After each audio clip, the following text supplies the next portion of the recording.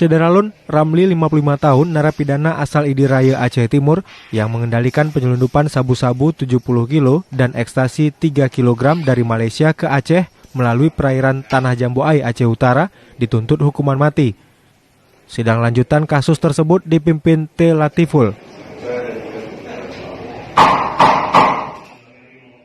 Selain Ramli, 2 terdakwa dari 4 lainnya juga dituntut hukuman mati. Keduanya adalah Muhammad Zubir, 28 tahun, menantu Ramli. Kemudian Saiful Bahri alias Pon, 29 tahun, warga Idicut Aceh Timur. Lalu Metaliana, 28 tahun, anak Ramli yang juga istri dari terdakwa Muhammad Zubir, dituntut penjara seumur hidup. Para terdakwa hadir ke ruang sidang didampingi pengacara Abdul Aziz